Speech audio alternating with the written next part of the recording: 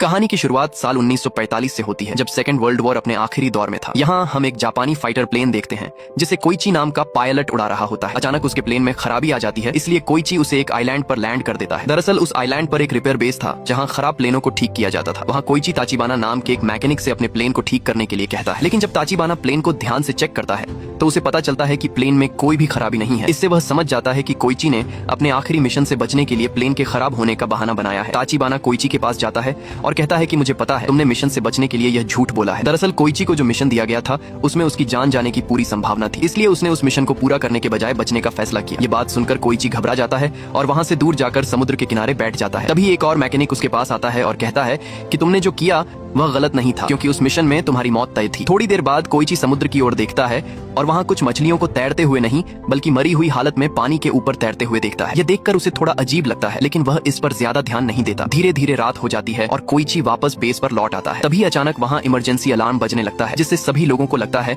कि दुश्मन उन पर हमला करने वाले हैं। लेकिन जब वे सर्च लाइट से आसपास देखते हैं तो उन्हें समुद्र की ओर से आता हुआ एक बहुत बड़ा और डरावना क्रीचर दिखाई देता है। इस खतरनाक जीव का नाम गॉडजिला था। उसका विशाल आकार और भयानक रूप देखकर वहाँ मौजूद सभी लोग डर जाते हैं और अपनी जान बचाने के लिए इधर उधर छिपने लगते हैं। इसी दौरान ताचिबाना कोइची से कहता है कि तुम एक फाइटर पायलट हो और तुम्हें अपने प्लेन में बैठकर गॉडजिला पर हमला करना चाहिए। ये सुनकर कोइची अपने प्लेन में जाकर बैठ जाता है, लेकिन जैसे ही गॉडजिला उसके बिल्कुल सामने आ जाता है कोइची डर से कांपने लगता है। वह इतना घबरा जाता है कि गोली चलाने की हिम्मत ही नहीं कर पाता। यह देखकर ताचिबाना और उसके बाकी साथी अपनी गनों से गॉडजिला पर फायरिंग शुरू कर देते हैं। इससे गॉडजिला बेहद गुस्से में आ जाता है। वह अपने रास्ते में आने वाले लोगों को पकड़ पकड़ कर मारने लगता है और कुछ को तो वह निगल भी जाता है। कुछ ही पलों में वह पूरे रिपेयर बेस को तबाह कर देता है। उधर कोइची डर के कारण अभी भी अपने प्लेन में ही बैठा रहता है। तभी गॉडजिला उसके प्लेन की ओर बढ़ता है और उसे उठाने की कोशिश करता है। यह देखकर कोइची तुरंत प्लेन से कूदकर बाहर आ जाता है। गॉडजिला प्लेन को उठाकर दूर फेंक देता है, जिससे जोरदार धमाका होता है और उस धमाके के असर से कोइची बेहोश हो जाता है। अगली सुबह जब कोइची को होश आता है तो वह चारों तरफ तबाही का मंजर देखता है। उसके लगभग सभी साथी मारे जा चुके थे, लेकिन ताचिबाना किसी तरह जिंदा बच गया था और वह सभी की लाशों को इकट्ठा करके एक जगह रख रहा था। जब ताचिबाना की नजर कोइची पर पड़ती है तो वह बेहद गुस्सा हो जाता है। वह उससे कहता है कि अगर तुमने गॉडजिला पर हमला किया होता तो शायद हमारे साथियों की जान बच सकती थी। यह बात सुनकर कोइची के दिल में गहरा पछतावा भर जाता है और उसे अपने फैसले पर बहुत दुख होने लगता है। कुछ समय बाद युद्ध खत्म हो जाता है और सभी सैनिक अपने अपने घर लौटने लगते हैं। कोइची भी अपने घर वापस आता है, लेकिन वहाँ पहुंचकर वह देखता है कि युद्ध ने सब कुछ तबाह कर दिया है। उसका घर पूरी तरह टूट चुका था और आसपास हर जगह सिर्फ बर्बादी ही नजर आ रही थी। तभी उसकी पड़ोसी सुमिको उसे देखती है और गुस्से में उससे कहती है कि आखिर तुम युद्ध से बचकर कैसे लौट आए? जरूर तुम अपनी जान बचाने के लिए कहीं छिप गए होंगे। इसके बाद सुमिको दुखी होते हुए उसे बताती है कि एक भयानक ब्लास्ट में तुम्हारे माता पिता और मेरे सभी बच्चे मारे गए। अपने माता पिता की मौत की खबर सुनकर कोइची पूरी तरह टूट जाता है और गहरे दुख में डूब जाता है। कुछ दिनों बाद कोइची बाजार में जाता है। वहाँ पुलिस एक लड़की का पीछा कर रही होती है जिसने एक कंबल चुरा लिया था। उस लड़की के साथ एक छोटी बच्ची भी होती है। तभी कोइची उसके सामने आ जाता है। वह लड़की जल्दी से उस बच्ची को कोइची की बाहों में थमा देती है और वहाँ से भाग जाती है। कोइची उस बच्ची को लेकर वहाँ से जाने लगता है, लेकिन थोड़ी ही देर बाद वह लड़की फिर से उसके पास आ जाती है। कोइची उससे उसका नाम पूछता है तो वह अपना नाम नोरिको बताती है। इसके बाद कोइची अपने घर की ओर जाने लगता है और नोरिको भी उसके पीछे पीछे उसके घर तक पहुँच जाती है। वह उससे कहती है कि क्या मैं आज रात यहाँ रुक सकती हूँ? नोरिको कोइची को बताती है कि उसकी अभी तक शादी नहीं हुई है और यह बच्ची भी उसकी अपनी नहीं है। दरअसल एक ब्लास्ट के दौरान इस बच्ची की माँ मारी गई थी और मरने से पहले उसने अपनी बेटी उसे सौंप दी थी। नोरिको कहती है कि मैं खुद भी एक अनाथ हूँ, इसलिए इस बच्ची का दर्द समझ सकती हूँ। इसी वजह से मैंने इसे पालने का फैसला किया। ये सब सुनने के बाद भी कोइची ज्यादा भावुक नहीं होता और नोरिको से कहता है कि तुम डिनर कर लो, लेकिन उसके बाद तुम्हें यहाँ से चले जाना होगा। लेकिन बातें करते करते नोरिको उसी रात कोइची के घर में ही सो जाती है। अगली सुबह कोइची की पड़ोसी सुमिको उससे नोरिको और उस बच्ची के बारे में पूछती है। तब कोइची उसे पूरी सच्चाई बता देता है। ये सुनकर सुमिको को उस मासूम बच्ची पर दया आ जाती है, इसलिए वह नोरिको की मदद करने लगती है और बच्ची की देखभाल में हाथ बटाती है। इतना ही नहीं, वह कोइची को चावल से भरा एक बैग भी देती है ताकि वह बच्ची को ठीक से खाना खिला सके। इसी तरह धीरे धीरे एक साल गुजर जाता है। एक दिन कोइची नोरिको को बताता है कि उसे सरकार की तरफ से एक नौकरी मिली है। इस काम में उसे समुद्र की गहराई में जाकर दुश्मनों द्वारा बिछाए गए माइन बॉम्ब को ढूंढना होगा और उन्हें नष्ट करना होगा। इसके बदले में उसे अच्छी रकम मिलेगी। ये सुनकर नोरिको कहती है कि यह काम बहुत खतरनाक है, लेकिन कोइची उसे समझाता है कि उनके पास पेट पालने के लिए यही एक रास्ता है। अगले दिन कोइची अपने नए काम पर पहुंचता है। वहाँ उसे पता चलता है कि सरकार ने उन्हें सिर्फ मामूली हथियार और एक साधारण सी बोट दी है, जबकि नौकरी देने से पहले उनसे अच्छे हथियार और मजबूत बोट का वादा किया गया था। यहीं कोइची की मुलाकात डॉक्टर केंजी से होती है, जो पहले नेवी के साइंटिस्ट रह चुके थे और अब इस मिशन को लीड कर रहे थे। इसके अलावा वहाँ कैप्टन सेजी और शिरो भी मौजूद थे, जो कोइची की तरह ही युद्ध से बचकर लौटे थे। कुछ ही देर बाद सभी लोग अपनी बोट लेकर समुद्र के बीच पहुंच जाते हैं। वहाँ कैप्टन सेजी कोइची को इस काम के बारे में पूरी जानकारी देता है। इसी दौरान उन्हें समुद्र में एक माइन बॉम्ब दिखाई देता है, इसीलिए सेजी उस माइन बॉम्ब पर गोली चलाने की कोशिश करता है, लेकिन उसका निशाना ठीक से नहीं लग पाता। तब कोइची उससे गन लेता है और सही निशाना लगाकर माइन बॉम्ब पर फायर करता है। गोली लगते ही वह बॉम्ब जोरदार धमाके के साथ फट जाता है। यह देखकर वहाँ मौजूद सभी लोग खुश हो जाते हैं। उस रात कोइची अपने घर में सो रहा होता है, तभी उसे एक डरावना सपना आता है। सपने में वह घर के बाहर किसी के चीखने की आवाज सुनता है। जब वह बाहर जाकर देखता है तो गॉडजिला वहाँ मौजूद सभी मैकेनिक्स को मार रहा होता है। यह भयानक सपना देखकर कोइची की अचानक नींद खुल जाती है। वह घबरा जाता है और उसे ऐसा लगने लगता है कि उस दिन गॉडजिला ने उसे भी मार दिया था और अब तक जो कुछ हुआ वह सिर्फ एक सपना था। डर के मारे वह नोरिको के पास जाने लगता है, लेकिन उसे अचानक अपने पास आता देखकर नोरिको घबरा जाती है और उसे धक्का देकर दूर कर देती है। इसके बाद कोइची उसे बताता है कि उसने युद्ध में अपने माता पिता और कई साथियों को खो दिया है। इसी वजह से उसे ऐसे डरावने सपने आते रहते हैं। यह सुनकर नोरिको उसे शांत करती है और उसका हौसला बढ़ाती है। इसी दौरान अमेरिका समुद्र में अपने न्यूक्लियर बम का परीक्षण करता है और एक बड़ा न्यूक्लियर ब्लास्ट होता है। उसी समय गॉडजिला भी वहाँ मौजूद होता है। इस न्यूक्लियर विस्फोट का असर गॉडजिला पर भी पड़ता है और वह पहले से भी ज्यादा ताकतवर हो जाता है। कुछ समय बाद हम देखते हैं कि कोइची अपनी नौकरी से अच्छी कमाई करने लगा है। वह उन पैसों से एक बाइक खरीद लेता है और अपने टूटे हुए घर को भी ठीक करवा लेता है। एक रात कोइची के घर पर केंजी, सेजी और शिरो डिनर के लिए आते हैं। वे सभी यह सोचते हैं कि नोरिको कोइची की पत्नी है, लेकिन नोरिको उन्हें सच बताते हुए कहती है कि वह कोइची की पत्नी नहीं है और यह बच्ची भी उनकी अपनी नहीं है। तभी वह छोटी बच्ची कोइची को पिता कहकर बुलाती है। ये सुनकर कोइची के साथी उससे कहते हैं कि उसे नोरिको से शादी कर लेनी चाहिए और एक परिवार बसा लेना चाहिए, लेकिन कोइची इस बात से साफ मना कर देता है। कुछ समय बाद नोरिको को भी एक नौकरी मिल जाती है। तब वह कोइची से कहती है कि वह अपने पैरों पर खड़ा होना चाहती है। वह यह भी कहती है कि उसके जाने के बाद कोइची किसी अच्छी लड़की से शादी कर सकता है और खुशी से अपना परिवार बसा सकता है। इसके अलावा वह उस बच्ची के बारे में भी बताती है कि उनकी पड़ोसी सुमिको उसकी देखभाल करने के लिए तैयार है, इसलिए उन्हें उसकी चिंता करने की जरूरत नहीं है। इसी दौरान सभी लोगों को खबर मिलती है कि अमेरिका के न्यूक्लियर टेस्ट की वजह से गॉडजिला पहले से भी ज्यादा ताकतवर हो चुका है और अब वह जापान की ओर बढ़ रहा है। खबरों के मुताबिक उसे जापान पहुंचने में सिर्फ एक हफ्ता लगेगा। अगले दिन कोइची अपने साथियों के साथ काम पर जाता है। तभी उन्हें समुद्र के बीच एक बड़ा अमेरिकी जहाज दिखाई देता है जो पूरी तरह से तबाह हो चुका था। उसी समय कोइची की नजर समुद्र में तैरती हुई मरी हुई मछलियों पर पड़ती है। यह देखकर वह समझ जाता है कि गॉडजिला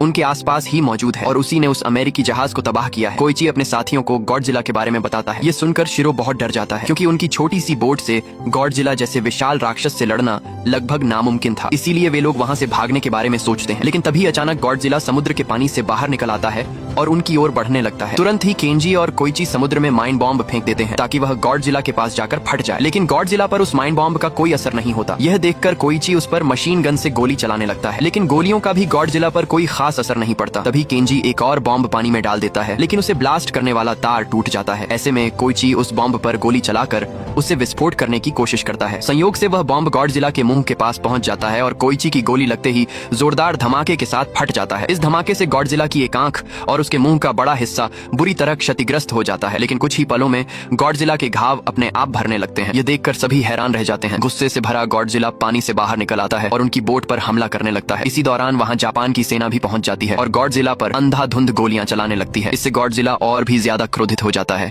और वह सेना के जहाज पर हमला कर देता है। फिर भी सेना उस पर लगातार गोलियां चलाती रहती है। इतनी गोलियां लगने के बाद गॉडजिला कुछ समय के लिए बुरी तरह घायल हो जाता है और समुद्र में वापस चला जाता है, लेकिन अचानक वह फिर से बाहर निकलता है और एक ही पल में सेना के जहाज को पूरी तरह नष्ट कर देता है। इसके बाद गॉडजिला जोरदार दहाड़ के साथ टोक्यो शहर की ओर बढ़ने लगता है, जहां नोरिको ने अभी अभी अपनी नई नौकरी शुरू की थी। कुछ समय बाद हम कोइची को एक अस्पताल में देखते हैं। इलाज कराने के बाद वह घर लौटता है। जब नोरिको उसकी हालत देखती है तो वह बहुत दुखी हो जाती है। वह कोइची से सवाल करती है कि आखिर तुम हमेशा इतने परेशान क्यों रहते हो और मुझसे अपनी बातें क्यों छिपाते हो? क्या तुम मुझे अपने जीवन में कुछ भी नहीं समझते? तब कोइची नोरिको को उन मरे हुए मैकेनिक्स की तस्वीरें दिखाता है और कहता है कि यह सब मेरी वजह से मरे हैं। अगर मैंने उस दिन गॉडजिला पर हमला किया होता तो शायद इनकी जान बच सकती थी। कोइची की यह बात सुनकर नोरिको उसे समझाती है कि इसमें उसकी कोई गलती नहीं है। आखिर वह भी एक इंसान है और ऐसे समय में डर जाना बिल्कुल स्वाभाविक है। अगले दिन गॉडजिला टोक्यो शहर के पास पहुंच जाता है। उसे रोकने के लिए आर्मी के जहाज उस पर हमला करने लगते हैं, लेकिन गॉडजिला पर इसका कोई असर नहीं होता। उसी समय कोइची अपने घर पर होता है। रेडियो से उसे पता चलता है कि गॉडजिला टोक्यो शहर की ओर बढ़ रहा है। ये सुनकर उसे नोरिको की चिंता होने लगती है। दूसरी तरफ गॉडजिला टोक्यो पहुंचकर भयानक तबाही मचाने लगता है। इसी दौरान उसकी नजर एक ट्रेन पर पड़ती है और वह उसे उठाकर तोड़ने लगता है। संयोग से उसी ट्रेन में नोरिको भी मौजूद होती है। अपनी जान बचाने के लिए वह तुरंत पानी में कूद जाती है। अब गॉडजिला अपने सामने आने वाली हर चीज को नष्ट करने लगता है। इसी बीच कुछ न्यूज रिपोर्टर एक इमारत की छत पर खड़े होकर गॉडजिला की तस्वीरें ले रहे होते हैं, लेकिन गॉडजिला वहां पहुंचकर उस पूरी बिल्डिंग को ही तबाह कर देता है, जिससे वे सभी मारे जाते हैं। इधर कोइची भी टोक्यो पहुंच जाता है। वह नोरिको को ढूंढ लेता है और उसे वहां से अपने साथ ले जाने लगता है। तभी वहां आर्मी पहुंच जाती है और टैंकों से गॉडजिला पर हमला करने लगती है, लेकिन गॉडजिला पर इसका भी कोई असर नहीं पड़ता, बल्कि क्योंकि अब उसके शरीर से चमकते हुए पंख जैसे हिस्से बाहर निकलने लगते हैं और कुछ ही पलों में उसके मुंह से तेज न्यूक्लियर रोशनी निकलने लगती है। गॉडजिला के मुंह से निकली उस भयानक ऊर्जा की वजह से शहर में एक भयानक न्यूक्लियर ब्लास्ट हो जाता है और टोक्यो का अधिकतर हिस्सा तबाह हो जाता है। इसी दौरान गॉडजिला अपने मुंह से न्यूक्लियर ऊर्जा की एक तेज लहर नोरिको की ओर फेंक देता है। यह देखकर नोरिको तुरंत कोइची को जोर से धक्का देकर दूर कर देती है और खुद उस भयानक लहर की चपेट में आ जाती है। कुछ ही पलों में वह उस धमाके में मारी जाती है। यह सब देखकर कोइची वहीं घुटनों के बल गिर जाता है और नोरिको की मौत से पूरी तरह टूट जाता है। इसके बाद गॉडजिला वहां से दहाड़ता हुआ आगे बढ़ जाता है। कोइची गुस्से और दर्द से भरा उसे जाते हुए देखता है और जोर जोर से चिल्लाने लगता है। कुछ समय बाद न्यूज में बताया जाता है कि गॉडजिला के इस हमले में लगभग 30,000 लोग मारे गए और करीब 20,000 इमारतें पूरी तरह नष्ट हो गईं। उधर कोइची और उसके सभी साथी नोरिको की मौत से बेहद दुखी थे। इसी दौरान केंजी कोइची को बताता है कि सरकार ने गॉडजिला को मारने के लिए कुछ खास लोगों को चुना है, जिनमें वे लोग भी शामिल हैं। इसके बाद कोइची और उसके साथी एक मीटिंग में जाते हैं जहां सेना के कैप्टन ने उन सभी लोगों को बुलाया था जिन्हें सरकार ने गॉडजिला को खत्म करने के लिए चुना था। कैप्टन वहां मौजूद सभी लोगों से कहता है कि इस लड़ाई में हमारी मदद करने वाला कोई नहीं है, इसलिए हमें खुद ही मिलकर गॉडजिला को हराना होगा। तभी केंजी अपना प्लान बताते हुए कहता है कि हमें गॉडजिला को समुद्र के सबसे गहरे हिस्से के ऊपर लाना होगा और उसके शरीर के अलग अलग हिस्सों पर गैस सिलेंडर बांधने होंगे ताकि वह पानी से ऊपर ना आ सके और समुद्र की गहराई में खींचता चला जाए। इस तरह गॉडजिला को लगभग 1500 मीटर की गहराई तक डुबो दिया जाएगा जहां दबाव के कारण उसकी मौत हो सकती है। ये सुनकर कोइची उससे पूछता है कि क्या यह प्लान सच में गॉडजिला को मार देगा। इस पर केंजी कहता है कि मैं इसकी पूरी गारंटी नहीं दे सकता, लेकिन मेरे पास एक दूसरा प्लान भी है। केंजी अपना दूसरा प्लान बताते हुए कहता है कि जब गैस सिलेंडर गॉडजिला को समुद्र की गहराई में ले जाएंगे तब उन सिलेंडरों से बड़े बड़े गुब्बारे बाहर निकलने लगेंगे। इससे गॉडजिला अचानक तेजी से ऊपर की ओर खींचने लगेगा और पानी के दबाव में हुए इस तेज बदलाव को उसका शरीर सहन नहीं कर पाएगा। इसी समय हम उस पर बमों से हमला करेंगे जिससे उसकी मौत हो सकती है। केंजी का यह प्लान सुनकर कुछ लोगों को यह बहुत खतरनाक लगता है, इसलिए वे लोग वहां से चले जाते हैं। लेकिन ज्यादातर लोग इस योजना का समर्थन करते हैं क्योंकि वे अपने देश को बचाने के लिए एकजुट होकर लड़ना चाहते थे। कुछ समय बाद कोइची और उसके तीनों साथी एक बार में बैठे होते हैं। वहाँ केंजी उन्हें बताता है कि गॉडजिला को अपने जाल में फंसाने के लिए वे उसकी दहाड़ की रिकॉर्डिंग चलाएंगे। उस आवाज को सुनकर गॉडजिला टोक्यो की ओर खींचा चला आएगा और तभी वे उसे अपने ट्रैप में फंसाने की कोशिश करेंगे। तभी कोइची कहता है कि उसे एक फाइटर प्लेन चाहिए ताकि जब गॉडजिला शहर में आए तो वह उस पर हमला करके उसका ध्यान बाकी लोगों से हटा सके। ये सुनकर केंजी बताता है कि उसके पास एक फाइटर प्लेन है, लेकिन उसे ठीक करने के लिए एक अच्छे मैकेनिक की जरूरत पड़ेगी। ये सुनते ही कोइची को ताचिबाना का ख्याल आता है, इसलिए वह उसे ढूंढने का फैसला करता है। लेकिन उसे ताचिबाना का सही पता नहीं मिलता, इसीलिए वह कई अलग अलग पथों पर चिट्ठियां भेजना शुरू कर देता है ताकि किसी तरह उनमें से कोई चिट्ठी ताचिबाना तक पहुंच जाए। एक दिन अचानक किसी ने कोइची पर हमला कर दिया जिससे वह बेहोश हो गया। जब उसे होश आता है तो वह अपने सामने ताचिबाना को खड़ा पाता है। दरअसल ताचिबाना ने ही उस पर हमला करके उसे बेहोश किया था और अपने घर ले आया था। वह कोइची के भेजे हुए सभी लेटर्स पढ़ चुका था और उसी वजह से वह उससे बेहद गुस्सा था क्योंकि कोइची ने अपने लेटर्स में लिखा था कि आइलैंड पर जितने भी लोग मारे गए थे उनका जिम्मेदार ताचिबाना है। दरअसल कोइची ने ऐसा जानबूझकर लिखा था ताकि ताचिबाना को गुस्सा आए और वह उसे ढूंढते हुए उसके पास आ जाए। यहाँ कोइची ताचिबाना को गॉडजिला को मारने वाला पूरा प्लान बताता है और कहता है कि वह अपनी गलती सुधारना चाहता है। अगर वे गॉडजिला को मार देंगे तो देश में रहने वाले लाखों लोगों की जान बच सकती है। कोइची की यह बात सुनकर आखिरकार ताचिबाना उसकी मदद करने के लिए तैयार हो जाता है। इसके बाद सभी लोग मिलकर गॉडजिला को मारने वाले मिशन की तैयारी शुरू कर देते हैं। इसी दौरान केंजी सभी लोगों से कहता है कि मिशन से पहले वे अपने परिवार के साथ एक रात जरूर बिताएं क्योंकि इस मिशन में उनकी जान भी जा सकती है। वहीं केंजी और सेजी शिरो से कहते हैं कि उसे इस मिशन पर नहीं आना चाहिए क्योंकि वह पहले से ही घायल है, लेकिन शिरो जिद करने लगता है कि वह भी इस मिशन का हिस्सा बनेगा। इधर ताचिबाना फाइटर प्लेन को ठीक करने में लगा हुआ होता है। दूसरी ओर कोइची अपने घर पर होता है। तभी छोटी बच्ची उसे एक पेंटिंग देती है जिसमें उसने कोइची और नोरिको की तस्वीर बनाई होती है। पेंटिंग देने के बाद वह बच्ची रोने लगती है और कहती है कि उसे नोरिको की बहुत याद आ रही है। ये सुनकर कोइची भी भावुक हो जाता है। इसके बाद वह बच्ची को सुला देता है और उसके पास एक चिट्ठी रखकर घर से निकल जाता है। अगली सुबह जब बच्ची उठती है तो वह चिट्ठी सुमिको को दे देती है। जब सुमिको उस चिट्ठी को खोलती है तो उसमें कुछ पैसे रखे होते हैं। चिट्ठी में कोइची ने लिखा होता है कि अब तुम्हें इस बच्ची का ख्याल रखना होगा। यह पढ़कर सुमिको समझ जाती है कि कोइची ऐसे मिशन पर गया है जहां से जिंदा लौटने की उम्मीद बहुत कम है। उधर ताचिबाना कोइची को बताता है कि उसने फाइटर प्लेन को पूरी तरह ठीक कर दिया है और उसके कुछ जरूरी पार्ट्स भी बदल दिए हैं। इसके अलावा ताचिबाना ने प्लेन में सभी जरूरी हथियार भी फिट कर दिए होते हैं। अब वह कोइची को मोटिवेट करते हुए उसे याद दिलाता है कि किस तरह गॉडजिला ने उनके मैकेनिक साथियों और नोरिको को मार डाला था, इसलिए अब गॉडजिला को मारकर उन्हें उन सभी लोगों की मौत का बदला लेना होगा। अगले दिन सभी लोग मिशन के लिए तैयार होकर पहुंच जाते हैं। गॉडजिला को बुलाने के लिए वे समुद्र में एक खास डिवाइस डाल देते हैं। उस डिवाइस से निकलने वाली आवाज सुनकर गॉडजिला टोक्यो की ओर आ जाता है और रास्ते में एक शिप को उठाकर फेंक देता है। तभी कोइची अपना फाइटर प्लेन लेकर गॉडजिला के पास पहुंच जाता है। दूसरी ओर केंजी सभी लोगों को अपने प्लान के मुताबिक आगे बढ़ने का आदेश देता है। इधर कोइची गॉडजिला का ध्यान भटकाने के लिए उस पर लगातार गोलीबारी शुरू कर देता है। इससे गॉडजिला गॉडजिला गुस्से में आ जाता है और प्लेन का पीछा करने लगता है। इसी तरह वह समुद्र के उस हिस्से में पहुंच जाता है जहां केंजी ने उसके लिए जाल बिछाया था। वहां गॉडजिला को 2 शिप दिखाई देते हैं, लेकिन उन पर कोई इंसान मौजूद नहीं होता। गुस्से में आकर गॉडजिला अपनी न्यूक्लियर लाइट से उन शिप्स पर हमला कर देता है, जिससे जोरदार धमाका होता है और उस धमाके से गॉडजिला को भी कुछ चोट लग जाती है। इसी बीच केंजी अपने प्लान के मुताबिक बाकी लोगों के साथ मिलकर गैस सिलेंडर्स को समुद्र में डालना शुरू कर देता है। केबल की मदद से वे सिलेंडर्स को गॉडजिला के शरीर से बांध देते हैं। इस दौरान कोइची लगातार गॉडजिला पर गोलियां चलाता रहता है